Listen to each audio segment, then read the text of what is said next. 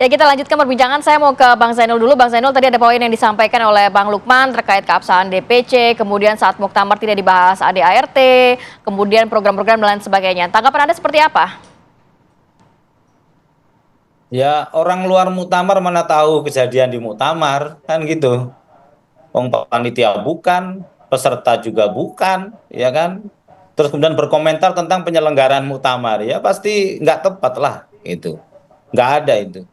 Nggak ada pembekuan DPC. Semua solid dan menjadi peserta muktamar yang aktif, ya kan?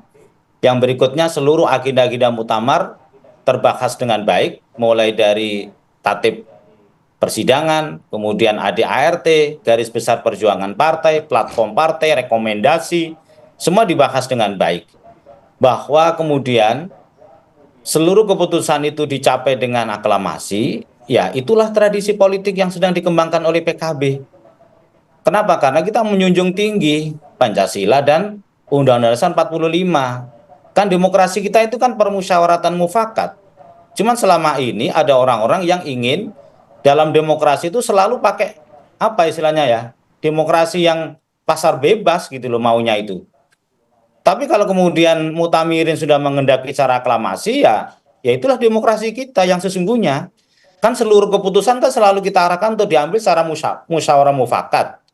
Ketika tidak tercapai musyawarah mufakat barulah kemudian ada one man one vote.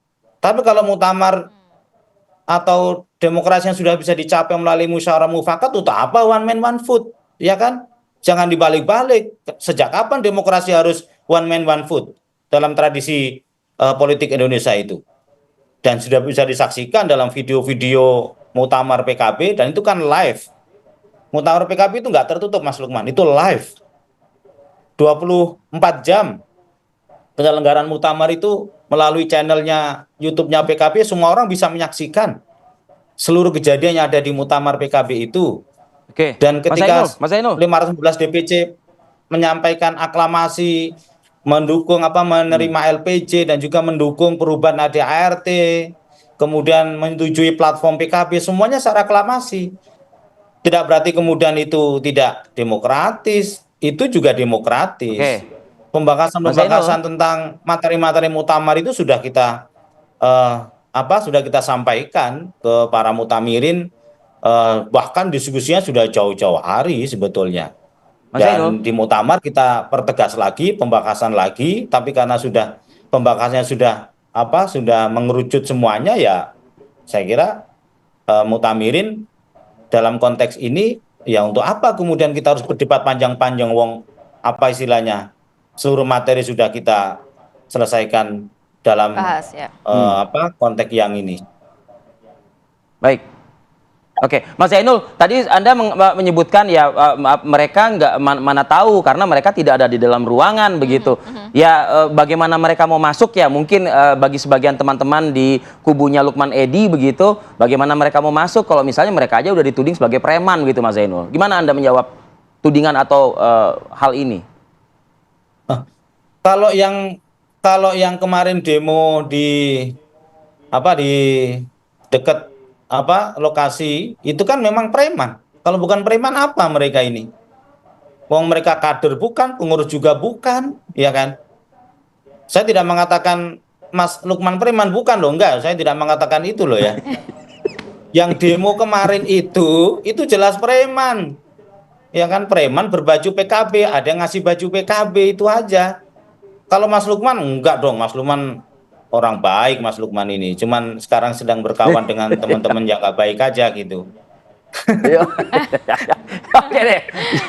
Gimana coba Mas Lukman ditanggapi? Dan juga tadi mau disampaikan juga kan, poin-poinnya ternyata sudah disampaikan, sudah dibahas juga kok di Ya, Muktamar Bali kemarin.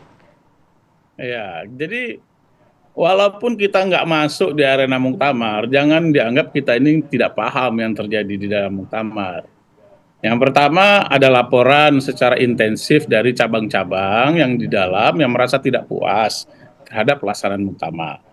Yang kedua, Mas Zainul sendiri bilang tadi kan online, ya kita bisa saksikan secara online tahapan-tahapannya seperti apa. Nah, oleh sebab itu kami menyimpulkan yang dilakukan oleh DPP sekarang ini anti demokrasi, ya.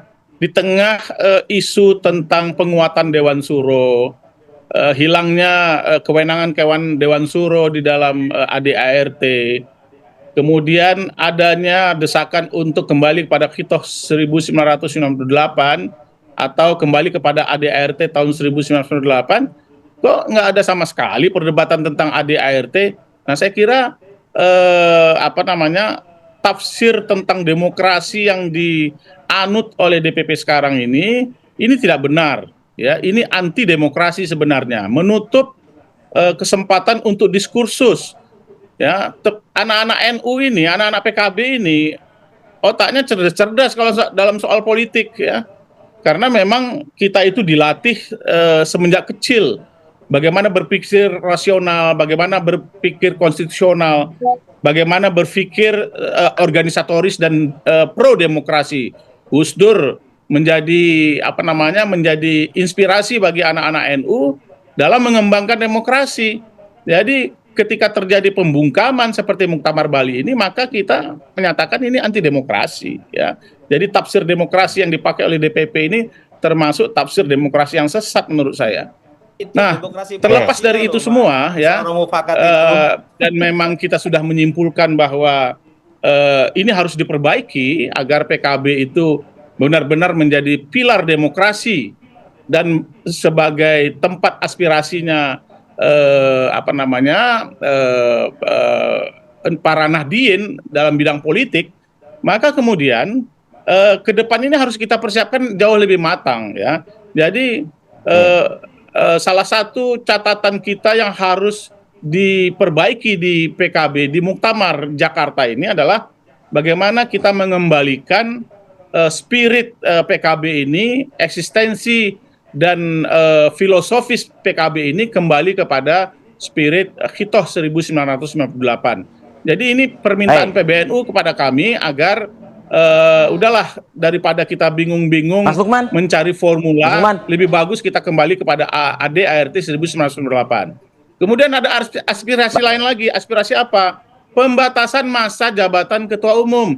Jangan sampai 20 tahun, mau sampai kapan? Mau sampai kiamat menjadi ketua umum. Ya, jadi harus ada pembatasan 2 kali 5 tahun bagi ketua umum. Karena apa? Karena PKB yang berbasiskan kepada Nahdien ini punya banyak kader-kader yang potensial, ya, punya banyak kader-kader yang mempunyai leadership yang baik.